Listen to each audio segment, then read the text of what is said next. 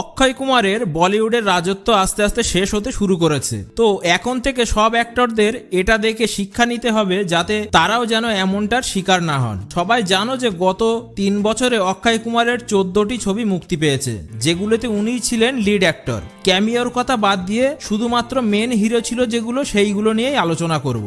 সবাই এটাই জানি যে এই 14টি সিনেমার মধ্যে মাত্র 2টো কি 3টে সিনেমা হিট হয়েছে, আর বাকি সবকটাই কিন্তু ফ্লপ না হলে ডিজাস্টার হয়েছে। তো এই কথাটির মধ্যে কতটা সত্যি কতটা মিথ্যা সেটাই আলোচনা করব ডিটেলসে। আর অক্ষয় কুমার কবে এবং কিভাবে কামব্যাক করবে সেটিও বলবো, তাও আবার প্রমাণের সঙ্গে। তো ফাইনালি 2021 থেকে 2024 পর্যন্ত অক্ষয় কুমারের কেরিয়ার কেমন গেছে আর বলিউডে কতটা লস এবং কতটা প্রফিট হলো সেটি আলোচনার মূল বিষয়বস্তু আজকের এই ভিডিওর। অক্ষয় কুমার এমন একজন নায়ক যার সিনেমা ফ্লপ হচ্ছে জানার পরও প্রডিউসাররা এই 3 বছরে অক্ষয় কুমারের পিছনে প্রায় 2000 কোটি টাকা ইনভেস্ট করেছে, ভাবা যায়।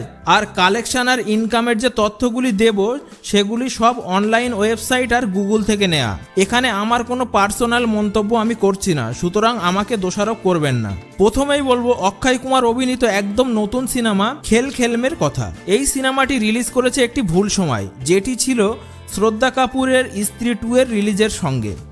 স্ত্রী 2 অলরেডি 500 কোটির ক্লাবে প্রবেশ করতে যাচ্ছে।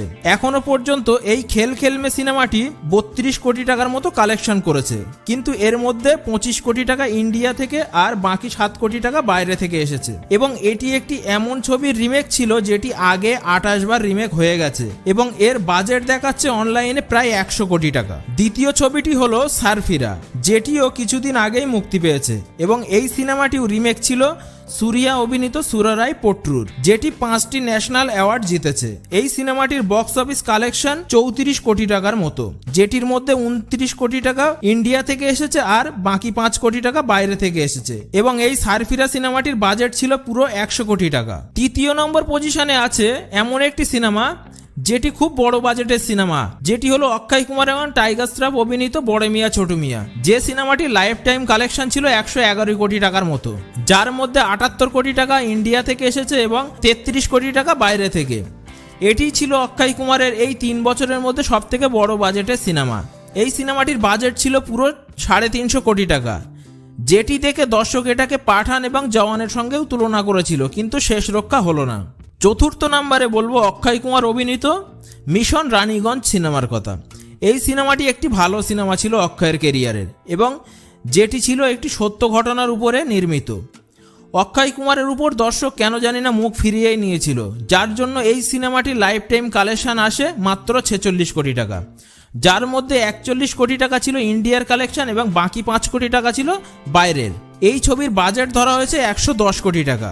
5 নম্বরে যেটি আছে সেটি হলো অক্ষয় কুমারের এই 2021 থেকে 2024 মধ্যে সব থেকে সুপারহিট ছবি, সেটি হলো OMG 2, যেটি একটি আইকনিক সিনেমা OMG এর পার্ট 2।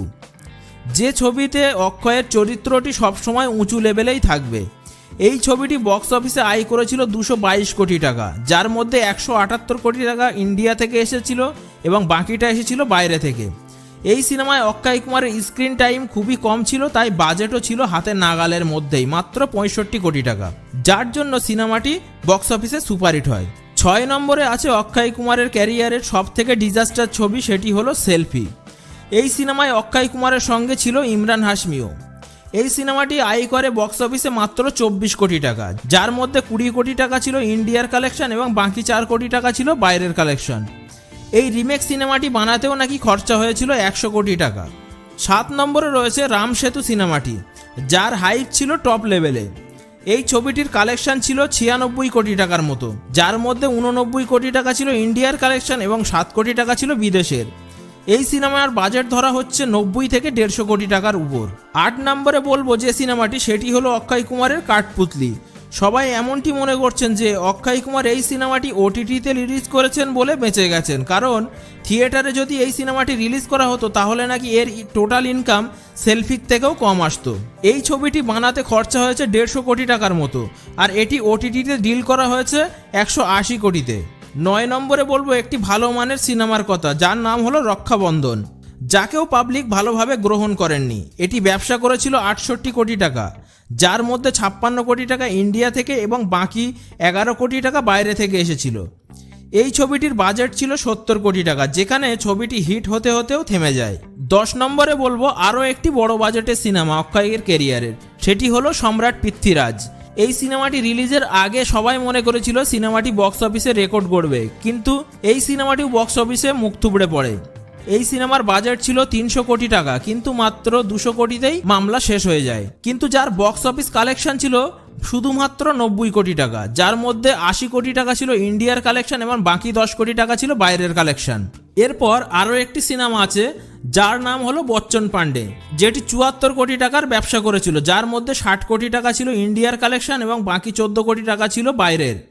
এই সিনেমাটি ফ্লপ হওয়ার কারণ বলা হচ্ছে যে এটির বাজেট, কারণ এটির বাজেট ছিল পুরো 165 কোটি টাকা। এরপর আবার একটি ওটিটি রিলিজের সিনেমার কথা বলবো, যার নাম হলো আতরাঙ্গিরে। খুবই কম বাজেটের একটি সিনেমা ছিল, যার বাজেট ছিল মাত্র 45 কোটি টাকা। এই সিনেমাটি কিছু দর্শকের খুবই পছন্দ হয় এবং কিছু দর্শকের একদমই ভালো লাগেনি, আর যার ওটিটি ডিল ছিল পুরো 80 কোটি টাকা। তাই এই সিনেমাটি 45 কোটি টাকা বাজেটের সিনেমা 80 কোটি টাকাতে ডিল হওয়াতে এই সিনেমাটি ছিল অনেকটা প্রফিটের দিকে। এরপর অক্ষয় কুমার এবং রোহিত শেঠির ছবি সূর্যা বংশীর কথা বলবো, যেটি বক্স অফিসে আয় করেছিল 293 কোটি টাকা, যার মধ্যে 231 কোটি টাকা ছিল ইন্ডিয়ার কালেকশন এবং বাকি 62 কোটি টাকা ছিল বাইরের কালেকশন। এটি অক্ষয়ের এই কয় বছরের মধ্যে সব থেকে বেশি আয় করা সিনেমা হিসেবে বলা হচ্ছে, কিন্তু বাজেটের দিক দিয়ে ধরলে সব থেকে প্রফিট সিনেমা ছিল OMG2। লাস্ট যে সিনেমাটির কথা বলবো সেটি হলো বেল বটম, যেটি 53 কোটি টাকার কালেকশন করেছিল, যার মধ্যে 39 কোটি টাকা ইন্ডিয়া থেকে এসেছিল এবং বাকি 14 কোটি টাকা বাইরের থেকে এসেছিল। এই সিনেমাটি আরও কালেকশন তুলতে পারতো যদি সেই সময় করোনা প্রোটোকল না থাকতো, কিন্তু সিনেমাটিকে ডিজাস্টার হিসেবে ধরা হয় কারণ বাজেট ছিল অনেক 160 কোটি টাকার মতো। তো আসল কথা হলো অক্ষয় কুমার 2021 থেকে 2024 পর্যন্ত 14টি সিনেমাতে লিড রোলে কাজ করেছেন, যাতে অলরেডি 1925 কোটি টাকা খরচা হয়েছে প্রডিউসারদের, এবং যার মধ্যে 1450 কোটি টাকা অক্ষয় কুমার ফিরিয়েও দিয়েছেন প্রডিউসারদের হাতে। কিন্তু এটা ভেবো না যে 1925 কোটি টাকা খরচা হয়েছে এবং 1450 কোটি টাকা কালেকশানে এসেছে মানে 500 কোটি টাকা লস হয়েছে, না, এমনটা হয় না। কারণ এই কালেকশানটি শুধুমাত্র থিয়েটারে রিলিজের কালেকশান, এর বাইরে অনেক কিছু রয়েছে, তার মধ্যে যেমন OTT release, digitally release, music release, সেইগুলোতেও অনেক বাজেটই রিকভারি হয়ে যায়। আমি বলবো গত 4 বছরে অক্ষয়ের সিনেমা ফ্লপ হলেও লস হয়নি।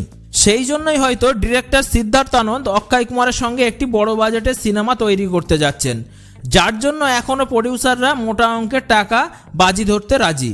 অক্ষয় কুমারের কামব্যাক 2025-এ নয়, সোজা 2026-এ হতে পারে, কারণ স্ত্রী 3 2026 সালেই রিলিজ হবে, আর সেখানে অক্ষয় কুমারের একটি বড় চরিত্র থাকবে। তারপর তার ঝুলিতে রয়েছে হেরাফেরি 3, যার কথা শুনেই বুঝতে পারছেন যে কি হতে পারে। সমস্ত সিনেমার লস কিন্তু একটি সিনেমা দিয়ে পুষিয়ে দিতে পারেন।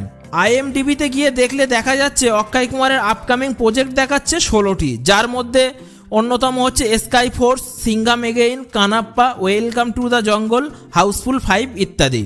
প্রতি বছর অক্ষয় কুমার 4-5টি সিনেমা রিলিজের কথা বাদ দিয়ে যদি 1টি বা 2টি সিনেমা খুব ভালো মানের সিনেমা রিলিজ করেন, তাহলে অক্ষয়ের কামব্যাকের সম্ভাবনা রয়েছে। তো ভিডিওতে কিছু ভালো লাগলে বা আমাকে কিছু প্রশ্ন করার থাকলে আমাকে ইমেল বা কমেন্ট করতে পারেন। ধন্যবাদ।